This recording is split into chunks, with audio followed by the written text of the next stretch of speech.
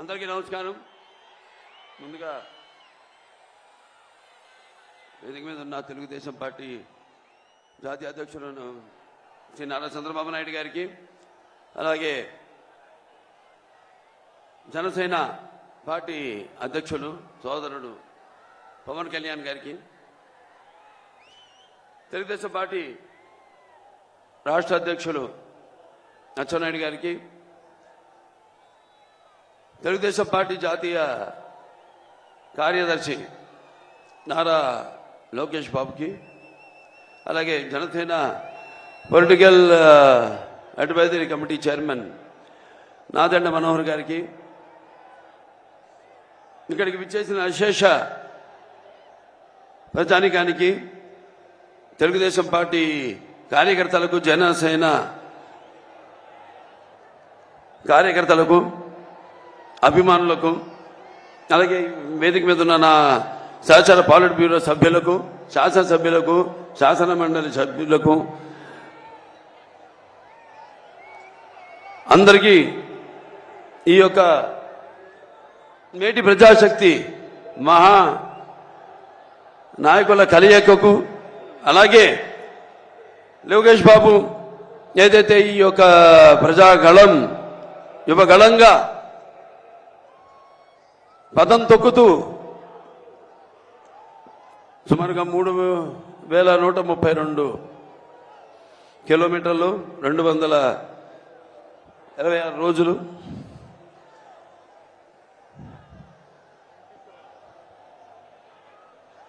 తన పాదయాత్రను కొనసాగిస్తూ ప్రజలందరినీ కలుసుకుంటూ, వాళ్ళని ఓదారుస్తూ, వాళ్ళకి ధైర్యం చెబుతూ ముందుకు సాగిన ఆయన పాద యాత్ర యువగళం ఎంతో విజయవంతంగా ముగిసినందుకు, ముగియడం కాదు ఇది అంతం కాదు, ఇది ఆరంభం. ఇక్కడి నుంచి దగ్గరలో ఉంది మనకు ఎన్నికల సమరం. మనమంతా ఏదైతే ఈ యొక్క వైఎస్ఆర్సీపీ ఏదైతే పార్టీ అధికారంలో ఉందో వాళ్ళు చేస్తున్న దుశ్చర్యలకు, వాళ్ళు చేస్తున్న అక్రమాలకు, దౌర్జన్యాలకు తగిన గుణపాఠం యువతరానికి, అంటే మేము ముఖ్యంగా ఈ యొక్క యువ గళమన్నది, ఈ పాదయాత్ర అనేది యువతరానికి ప్రతినిధులు, నవతరానికి నాయకులు, భారతదేశపు మహాశక్తి అయిన యువతను ఉద్దేశించి ముఖ్యంగా చరిత్ర తెలుసుకోవాలి. ఆ చరిత్రలో నుంచి మనం ఎన్నో కఠిన సమస్యను ఎంత ఎదుర్కొన్నాం, ఇంతకుముందు వాటినైనా పరిష్కరించుకున్నాం. కేవలం ఒక పార్టీ కాదు, కేవలం లేకపోతే తెలుగుదేశం పార్టీ వ్యవస్థాపకులు నందమూరి తారక రామారావు గారే కాదు, ఆయన పిలుపుకి స్పందించి ఎంతో మంది జనమంతా కూడా కులాలకు, మతాలకు, వర్గాలకు అన్నిటికీ దూరంగా ఒక్కటై ఎలా ఆనాడు అప్పుడు యొక్క పరిస్థితులకి తగిన గుణపాఠం చెప్పి ఎలా వాళ్ళకు కావలసిన ప్రజా జవాబుదారీ ప్రభుత్వాన్ని వాళ్ళు అధికారంలోకి తెచ్చుకున్నారో తిరిగి యువతరానికి గుర్తు చేసేలా, వాళ్ళంతా నెమరేసుకునేలా ఎంతో విజయవంతంగా ఈ పాదయాత్ర సాగినందుకు లోకేష్ బాబుని అభినందిస్తూ, అలాగే ఈ పాదయాత్రలో ఆయనతో పాటు సైనికులుగా ఆయనకి అండగా ఉంటూ ఆయన మీద ఈగను కూడా వాలనివ్వకుండా ఎన్నో ప్రయత్నాలు చేశారు అడ్డుకునేందుకు. పాదయాత్రను చూసాం మనం, మైకులు లాక్కున్నారు, చివరికి కుర్చీ మీద నిలబడి మాట్లాడుతుంటే కుర్చీ కూడా లాగేసుకున్నారు. అటువంటి దుశ్చర్యలకు పాల్పడితే వాళ్ళంతా కూడా మరి ఆయనకి సైనికుల్లాగా ఉండి ఈ 26 రోజులు ఆయనకు అండగా ఉన్నారు. వాళ్ళందరికీ సుశక్తులైన సైనికులందరూ కూడా నా అభినందనలు తెలియజేసుకుంటూ, మరి నేను ఇక్కడ అంటే సమాజం మీద ఇవాళ ప్రజలే దేవుళ్ళు, అందులో నేను ఒక అర్చకుణ్ణి అని నినాదంతో ఆనాడు నందమూరి తారక రామారావు గారు తెలుగుదేశం పార్టీని స్థాపించడం జరిగింది. అంటే నటులు కేవలం సినిమాలకి పరిమితం కాదు, నటులు కేవలం రంగు వేసుకుని ప్రజలకి దూరంగా ఎక్కడో షూటింగ్లు చేసుకుంటూ కాదు. నేను వాళ్ళ సోదరుడు పవన్ కళ్యాణ్ని సినిమాల కంటే ఎక్కువ ఈ రోడ్ల మీద చూస్తున్నాను, సభల్లో చూస్తున్నాను. అంటే నేను చెప్పొచ్చేది ఏంటంటే సినిమాలే కాదు, మన ప్రతి ఆ సినిమాల ఫలితంగా మనకు వచ్చే ఆదరణ, అభిమానాన్ని నాన్నగారు ఎప్పుడు అంటుండేవారు, ఏ రుణం మనం పెట్టుకోకూడదని. అది రుణశేషం కావచ్చు, రుణశేషం కావచ్చు, అగ్నిశేషం కావచ్చు, శత్రు శేషం కావచ్చు. అలాగే నీళ్ల శేషం కూడా ఆయన ఉంచుకోలేదు. చివరికి ఏ మద్రాసు నుంచి అయితే ఆయన వచ్చారో తిరిగి ఆ మద్రాసుకు తాగునీటిని కూడా తిరిగి ఇచ్చారు ఆయన. అటువంటి మరి ఈనాడు మీ రుణం తీర్చుకోవాల్సిన బాధ్యత కేవలం నటులుగానే కాదు, మేమిద్దరం ఈ సమాజంలో పౌరులుగా అది మా బాధ్యత అని తెలియజేయడానికి మరి ఆనాడు సోదరుడు పవన్ కళ్యాణ్ గారు పార్టీని స్థాపించారు. జనసేన పార్టీని ఎన్నో ఏళ్ల క్రితం 2014లో 2008లో 14 అప్పటి నుంచి కూడా ఆయన పోరాటం కొనసాగిస్తూనే ఉన్నారు. ఇక్కడ ఫ్లోరైడ్ విషయంలో అయితేనేమి, ఇలా ఇప్పుడు ఇక్కడ రణస్థలంలో జరిగినప్పుడు కూడా అప్పుడు యువకులంతా కూడా స్పందించి ఆయన రాకను స్వాగతిస్తూ మరి ఎక్కడికి మేము ఎందుకు వలస పోవాలి, మేము పుట్టిన గడ్డ ఇది, తెలుగు జాతి మనది, నిండుగా వెలుగు జాతి మనది. ఎక్కడైతే మనం వాళ్ళంతా ఆనాడు చంద్రబాబు నాయుడు గారి యొక్క దూరదృష్టితో అటు ఐటీ రంగం అయితే, సైబరాబాద్ సిటీ అయితేనేమి, లేకపోతే ఈ యొక్క ఎన్నో అభివృద్ధి పథకాలను తీసుకురావడం ముందుకి, అలాగే ఈ యొక్క మహిళలకు ఈ యొక్క డ్వాక్రా మొట్టమొదటిసారిగా దేశంలోనే ఈ పొదుపు స్కీమ్ తీసుకురావడం అయితేనేంటి, ఇటువంటి ఎన్నో కార్యక్రమాలు చేపట్టడం వల్ల ఆనాడు అందరికీ ఉపాధి కలగడం జరిగింది. మహిళా సాధికారత, వాళ్ళ కాళ్ళ మీద వాళ్ళు నిలబడి వంటిటి కుందేళ్లు కాకుండా వాళ్ళు కూడా సంపాదించి మరి వాళ్ళు కూడా మగవాళ్ళకి సమానంగా ధీటుగా బ్రతకగలిగే ఒక మంచి అవకాశాన్ని కలిగించారు. మరి ఆనాడు రామారావు గారు ఆయనకి చెప్పుకుంటూ పోతే ఆయన ప్రవేశపెట్టిన పథకాలు ఎంతో సుసాధ్యమైనవి, అలాగే సామాన్యులు ఎంతో అనుకూలమైనవి కూడా. మరి ఆయన అప్పుడు ఆనాడు ప్రవేశపెట్టిన పథకాలు మరి ఆయన అమలు చేస్తూ, అలాగే అందరూ కూడా వాటిని అనుకరించేలా చేశారు ఆనాడు. అందుకే ఆయన పేదవాడి ఆకలికి అన్నగా, లేకపోతే జనం భవితకు ఒక తండ్రిగా, ఆయనకు అండగా ఉన్న మహిళలకు ఆర్థిక సహాయం చేసిన, స్వాతంత్రం కల్పించిన ఒక అండగా ఆయన శాశ్వతంగా మన గుండెల్లో నిలిచిపోయాడు రామారావు గారు. మరి అదే ఆయన బిడ్డ తెలుగుదేశం పార్టీని ఆయన కొరత, ఆయన అడుగు జాడల్లో అదే క్రమశిక్షణతో పార్టీని ముందుకు తీసుకెళ్లారు నారా చంద్రబాబు నాయుడు గారు. మరి ప్రపంచ దేశాలకి ఒక విజన్ కి ఆదర్శం నందమూరి నారా చంద్రబాబు నాయుడు గారు. ఇవాళ చూస్తున్నాం మనం రాష్ట్ర పరిస్థితి ఎంతో, అంటే ఈ ఒకటేమో ఒక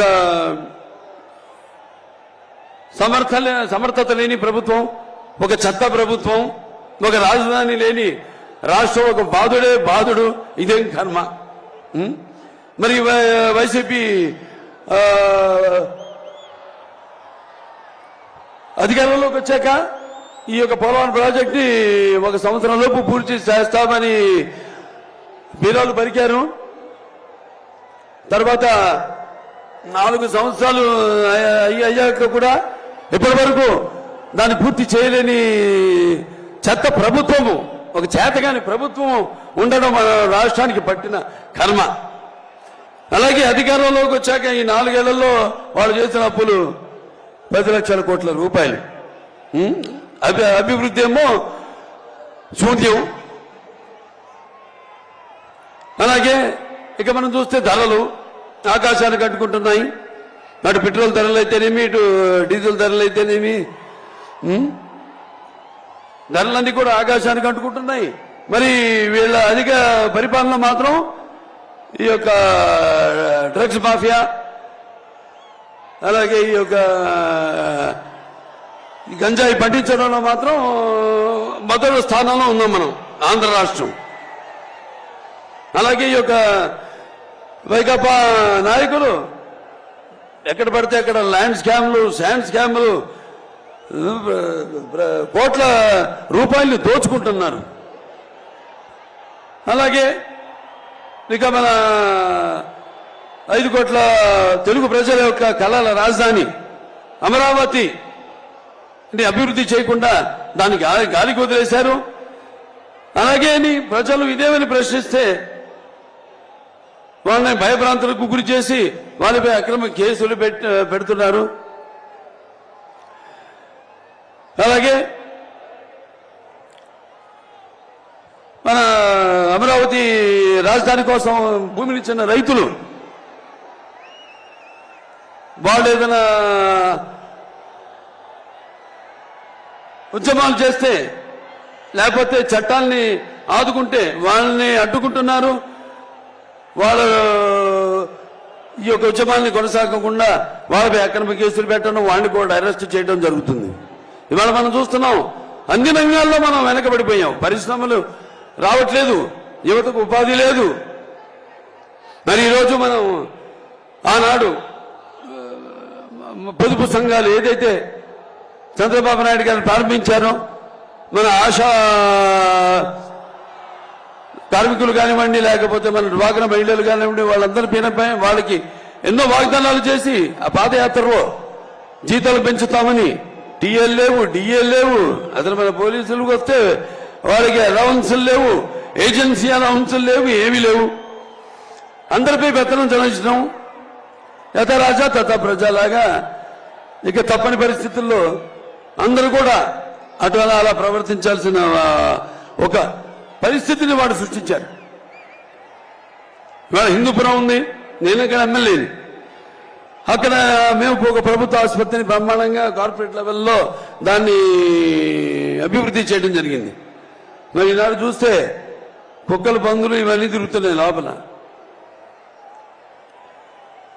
డయాలసిస్ యూనిట్స్ పెట్టాం, 12 డయాలసిస్ యూనిట్స్. ఇవాళ అభివృద్ధి పనులను కూడా మేమే చేసుకోవాల్సి వస్తాం. నేను, మా నాయకులు అయితేనేమి, మా కార్యకర్తలు అయితేనేమి. అక్కడ రోడ్ల నుంచి కూడా వీళ్ళు ఒక్క రోడ్డు వేసిన పాపానికి పోలేదు, ఒక్క లింక్ రోడ్డు వేసిన పాపానికి పోలా, ఒక్క గొయ్యి కూడా మడితో పుడిచిన పాపానికి పోలేదు. సిసి గారు అన్నారు, ఏ యుద్ధం ఎందుకు జరిగిందో, ఏ రాజ్యం ఎన్నాడుందో తారీఖులు దస్తావేజులు కాదో ఈ చరిత్రకు అర్థం. నైలు నది నాగరికతలో సామాన్యుని జీవనం ఎక్కడ, తాజ్మహల్ నిర్మాణానికి రాళ్ళెత్తిన కూలీలు ఎవరన్నది ముఖ్యమని. ఏ దేశ చరిత్ర చూసినా ఏముంది గర్వకారణం, ఈ మానవ చరిత్ర సమస్తం పరపీడ పరాయత్వం. ఏ దేశ చరిత్ర చేసినా ఏముంది, ఒక బానిసలుగా చేయడం ప్రజల్ని, అలాగే నరాంతకులు చరిత్రలో ప్రసిద్ధి గాంచడం అని. ఇవాళ అదే జరుగుతుంది మన రాష్ట్రంలో. ఒక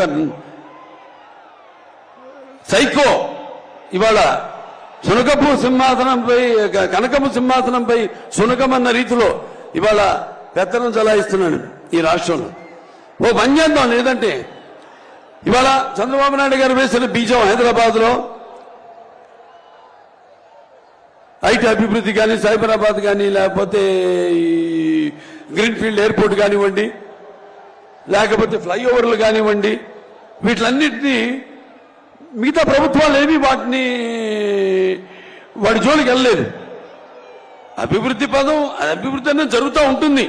అది ఈ దేశంలో ఎక్కడైనా అభివృద్ధి జరుగుతుందంటే అది ఇక్కడ హైదరాబాద్.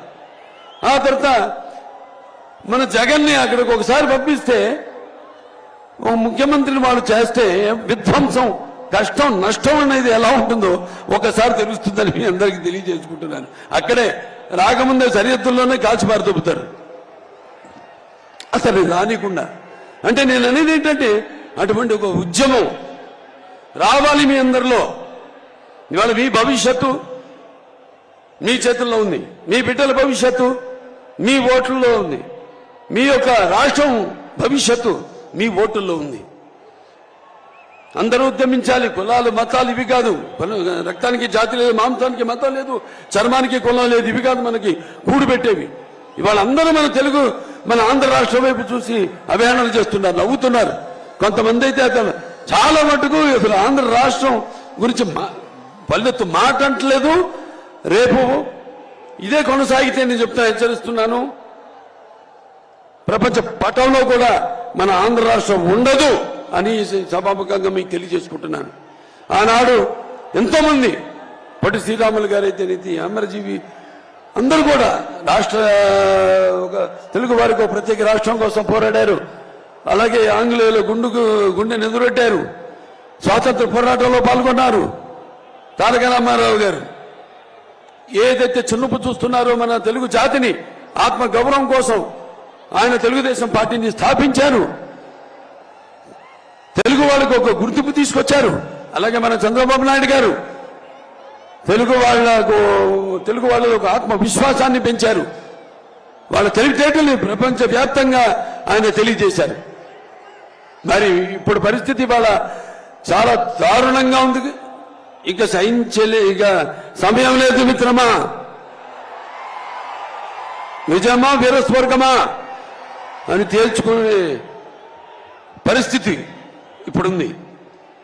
అందరూ కూడా ఇదంతా గమనించండి.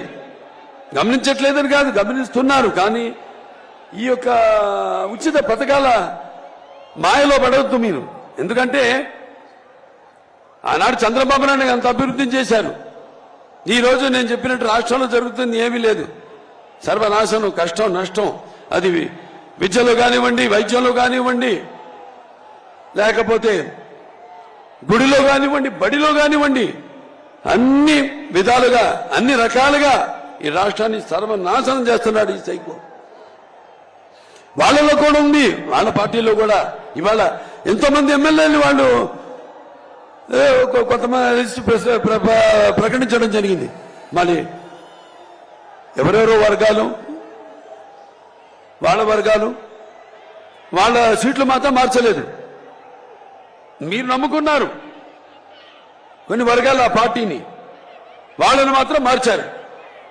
సో సామాజిక న్యాయం ఎక్కడ జరుగుతోంది అని నేను ప్రశ్నిస్తున్నాను. మీరు ఆత్మ పరిశీలన చేసుకోండి, ఏం జరుగుతుంది ఇక్కడ అన్నది. ఉద్యమిద్దాం అందరూ. ఆనాడు నేను చదువుకున్నప్పుడు నా పాఠ్యాంశంలో ఒక ఫ్రెంచ్ మహారాజు లూయి ద 16 ఇలాగే ఈ పిచ్చోళ్ళగే తాడపల్లికి అదే అతని సామ్రాజ్యం ఏదో కూపస్థ మండుకంలాగా కప్ప బావి తన ఉన్న బావే తన సర్వస్వం అనుకుంటుంది, తన ప్రపంచం అనుకుంటుంది. అలా అనుకుంటున్న అటువంటి ఆ లూయి ద 16ని బయటికి లాక్కొచ్చి జనం తల నరికారు. అప్పుడే మొదలైంది ఫ్రెంచ్ రెవల్యూషన్. అటువంటి పరిస్థితి వేళ ఇక్కడ ఉంది. మనమంతా కూడా మన హక్కుల కోసం ఏ ఒక్క ఛాన్స్ అని చెప్పి అధికారంలోకి వచ్చి మొత్తం అన్ని సర్వ వ్యవస్థలను నిర్వీర్యం చేశాడు. అందరినీ అంటే అటు యువతలైతే మీ పరిశ్రమలు రాకుండా, యువతకి చదువు రాకుండా ఈ గంజాయి ఏదైతే ఇవన్నీ ప్రవేశపెట్టారో వాళ్ళని వేలెత్తి ప్రశ్నించకుండా ఏవేవైతే అలా మత్తు పదార్థాలకి అలవాటు చేస్తున్నాడో, ఎలా ప్రజలు ఈ రాష్ట్రాన్ని వలస వెళ్ళిపోతున్నారు వేరే రాష్ట్రాలకు. ఇవాళ మరి కట్టిన తెలుగుదేశం అధికారంలో ఉన్నప్పుడు కట్టిన టిట్కోడ్లు ఉన్నాయి, అవన్నీ ఎవరికి పంచిపెట్టలేదు. ఏదో టైం టేబుల్ మాత్రం ఒకటి ఇచ్చాడు. ఈ నెల ఈ జిల్లాల్లో టిట్కోడ్లు మేము అందరికీ పంచుతామని. ఇప్పటిదాకా ఒక్క ఇల్లు పంచిన బాబానికి పోలేదు. ఎవరు చెప్పాను నేను చాలా సందర్భాల్లో. ఇప్పుడు ఇచ్చినా కూడా మీరు వెళ్లే మీరు నివాసయోగ్యమైన ఇల్లు కావని, దయచేసి ఎళ్ళకండి, తీసుకోకండి ఆ ఇల్లు. అతనికి కావాల్సింది అతను చూపిస్తుందంతా బూటకపు ప్రేమ. మళ్ళీ ఎలక్షన్లు వస్తున్నాయి, బోర్డని పథకాలు అందరికీ ప్రకటిస్తున్నాడు. ఇదిగో మళ్ళీ వచ్చాక కాదు, ఇప్పుడున్న ఇప్పుడు అయిపోతున్నాయి, ఇంకా 3 నెలల్లో ఎన్నికలు రాబోతున్నాయి మనకి. ఈ ఉన్న 5 సంవత్సరాలు ఎక్కడ చచ్చాడని, ఏం చేశాడని, ఎవరిని ఉద్ధరించాడని, ఈ రైతులు ఏదైతే అమరావతి రైతులు వాళ్ళ భూముల కోసం ఉద్యమిస్తున్నారో వాళ్ళందరినీ పెయిడ్ ఆర్టిస్టులు అన్నాడు. మరి మొన్న ఇక్కడ విశాఖపట్నంలోనే ఈ యొక్క కన్వెన్షన్ జరిగింది, ఈ యొక్క ఇండస్ట్రియల్ కన్వెన్షన్, పరిశ్రమల కన్వెన్షన్ జరిగినప్పుడు మేము అడిగాం, అసెంబ్లీ సాక్షిగా అడిగాం, ఏమయ్యా ఎంతమందితో ఎంఓయూ అయింది, ఎంతమందితో అగ్రిమెంట్ అయ్యారు మీరు, దానివల్ల మన రాష్ట్రానికి ఎంత రాబోతుందని అడిగితే దానికి జవాబు లేదు, అది ముందు ప్రవేశపెట్టలేదు మా సభ్యుల ముందు. సో ఇలా గమనించండి అందరూ, మరొకసారి ఈ యొక్క ఉచిత పథకాల మాయలో పడి మీ యొక్క తెలివిని, మీ జ్ఞానాన్ని, మీ విజ్ఞానాన్ని మీరు పాడు చేసుకోకండి. ఇక మనం భయపడాల్సిన పని లేదు. నేను చెప్పాను, అందరం మనం ఉద్యమిద్దాం. ఇవాళ జనసేన పార్టీ అలాగే తెలుగుదేశం పార్టీ కలిసి ఉమ్మడిగా ఈ యొక్క మహాప్రజాశక్తుల ఈ యొక్క కలయిక ఇవాళ బ్రదర్ని నేను అభినందిస్తున్నాను. ఆయనకి నాకు చాలా స్వరూపాలు ఉన్నాయి. ఆయన ముక్కుసూటి మనిషి, నేను ముక్కుసూటి మనిషి. ఏమున్నా కూడా కుండ బద్దల్లో కొట్టేటట్టు మాట్లాడే స్వభావం మాది.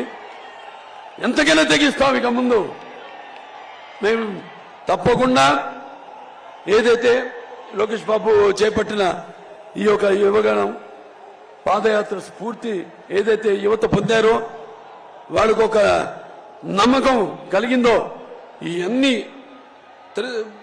సంగమాలన్నీ కూడా కలిసి సంగమించి రేపు రాబోతున్న ఎన్నికల్లో తిరిగి మనకు పునర్వైభవం మనం తీసుకురావాలని, మన జాతికి అయితేనేమి, అలాగే మన భవితకు అయితేనేమి, మన పిల్లల భవితకు అయితేనేమి, మన రాష్ట్ర భవితకు అయితేనేమి, మనందరం కూడా కలిసి ఉద్యమిద్దాం, విజృంభిద్దాం. ఎవరడ్డు వస్తే ఎటువంటి సమాధానం చెప్పాలో చెప్తామని ఈ సభాముఖంగా తెలియజేసుకుంటూ మీ అందరి నుంచి సెలవు తీసుకుంటున్నాను. జై తెలుగుదేశం, జై ఎన్టీఆర్, జై చంద్రబాబు నాయుడు.